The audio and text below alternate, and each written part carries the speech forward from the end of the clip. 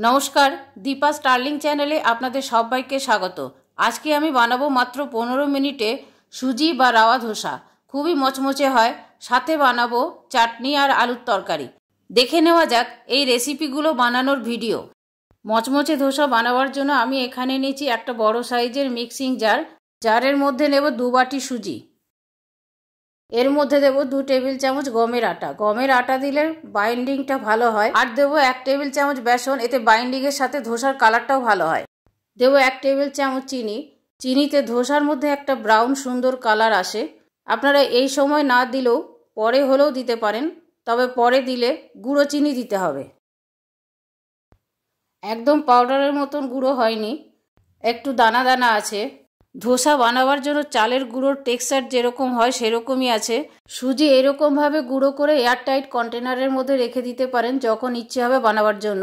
এবার এর মধ্যে দেব 1 বাটি 2 বাটি টক দই।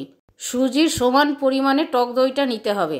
আপনারা যদি বেশি টক পছন্দ করেন এর সাথে একটু তেঁতুলও দিতে পারেন। দেব স্বাদ মতো নুন। আরেকবার আমি ব্লেন্ড করে নেব।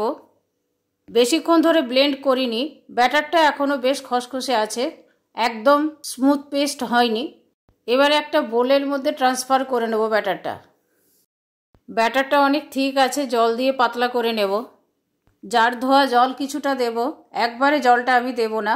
চামচে করে নেড়ে নেড়ে ভালো করে মিশিয়ে নেব। ব্যাটারটার থিকনেসটা দেখুন, সুজি ফুলে যায়, সেজন্য আধ ঘন্টা ঢাকা দিয়ে রেখে দেব সেট হওয়ার জন্য। অপরদিকে আলুর তরকারি বানাবার জন্য আলু সেদ্ধ করে রেখেছি। আলুগুলো হাতে করে ভেঙে নেব। এইরকম ভেঙে নিলেই হবে, খুব বেশি ম্যাশ করার দরকার নেই। কড়াইয়ের মধ্যে নিয়েছি 2 টেবিল চামচ রিফাইন্ড অয়েল। দেব 1 চা চামচ সর্ষে। সর্ষেগুলো ফুটতে শুরু করেছে। দেব 1 চা চামচ বিউলির ডাল আর দেব 1 চা চামচ ছোলার ডাল। দুটো ডাল ভালো করে ভেজে নেব। ভালো করে না ভাজলে কাঁচা গন্ধ উঠবে আর দাঁতের মধ্যে লাগবে। দেখে বোঝা যাচ্ছে ডালগুলো খুব সুন্দর ভাজা হয়েছে। এবারে এর মধ্যে দেব 1 চা চামচ গোটা জিরে আর দেব কাঁচা লঙ্কা কুচোনো। যেমন ঝাল খেতে পছন্দ করেন সেই অনুযায়ী কাঁচা লঙ্কা কুচোনোগুলো দেবেন। সব কিছু একসাথে ভালো করে ভেজে নেব। এবারে এর মধ্যে দেব স্লাইস করে রাখা একটা মিডিয়াম সাইজের পেঁয়াজ। পেঁয়াজটা লাল লাল করে ভাজবো না, একটু সফট হবে ততক্ষণ পর্যন্ত ভাজবো। পেঁয়াজটা ভাজা হয়ে গেল। এবারে এর মধ্যে দেব 1/4 চামচ আদা পেস্ট।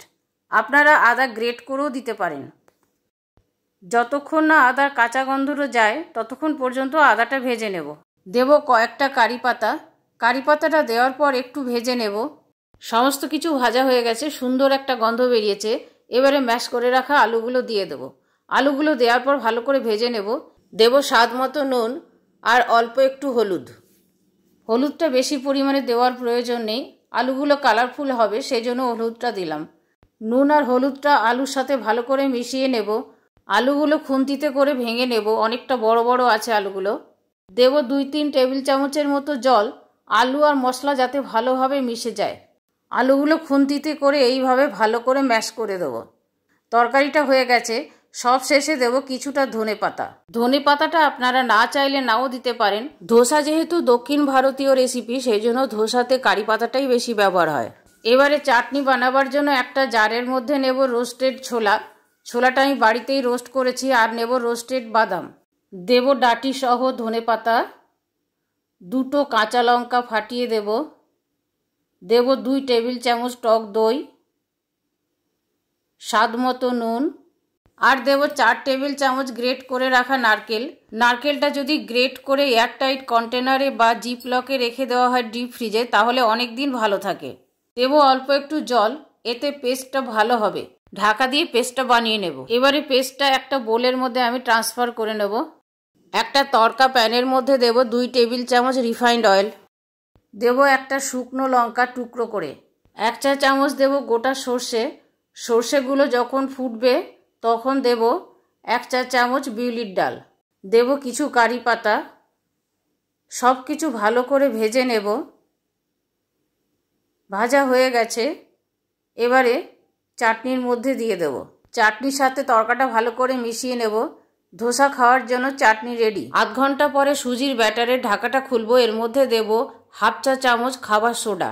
এবারে ব্যাটারটা ভালো করে ফেটিয়ে নেব যাতে ব্যাটারের মধ্যে কোনো রকম লাম্প না থাকে। ব্যাটারটা এখনও বেশ ঠিক আছে, আর একটু জল দিয়ে ব্যাটারটা পাতলা করে নেব। খাবার সোডা দেওয়ার পর ব্যাটারটা বেশ ফুলে উঠেছে, আর থিকনেসটা দেখুন একদম পারফেক্ট হয়েছে। তাওয়াটা ঠিকমতো গরম হয়েছে কিনা চেক করার জন্য জলের ছেটা দিয়ে দেব। জলটা টিস্যু পেপার দিয়ে মুছে দেব, কাপড় দিয়েও মুছতে পারেন। মাঝখানে দেব 1 হাতা ব্যাটার। ব্যাটারটা এবারে স্প্রেড করে নেব। মাঝখান থেকে সাইডের দিকে স্প্রেড করতে হবে, মাঝখানটা যেন বেশি মোটা না হয়। চারিদিকটার একই রকম থিকনেস যেন থাকে, তাহলে একই রকম মচমচে হবে চারি সাইডটা। এখন গ্যাস হাই ফ্লেমে আছে। মিনিট 2 পরে ধোসার মধ্যে কালার এসে গেছে।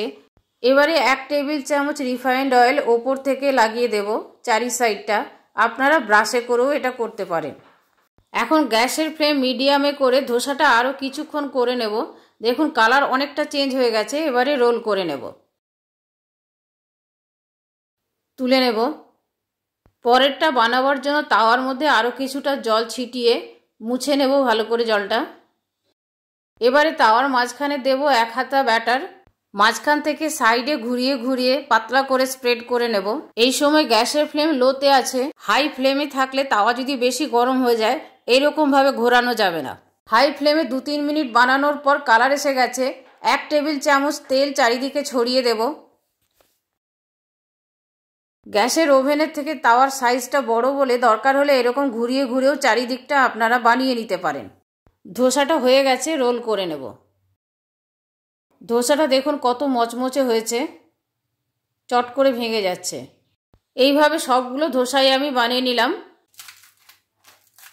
আওয়াজ শুনেই বোঝা যাচ্ছে ধোসাগুলো কত মচমচে হয়েছে। আপনারাও এরকম খুবই চট করে বানিয়ে নিতে পারেন সুজির ধোসা। আমার এই মাত্র 15 মিনিটে সুজির ধোসা বানাবার ভিডিওটা আপনাদের কেমন লাগলো কমেন্ট করে কমেন্ট বক্সে জানাবেন। ভালো লাগলে প্লিজ একটা লাইক করে দেবেন, শেয়ার করবেন, আর সাবস্ক্রাইব করে বেল আইকনটা টিপে দেবেন পরবর্তী নোটিফিকেশনের জন্য।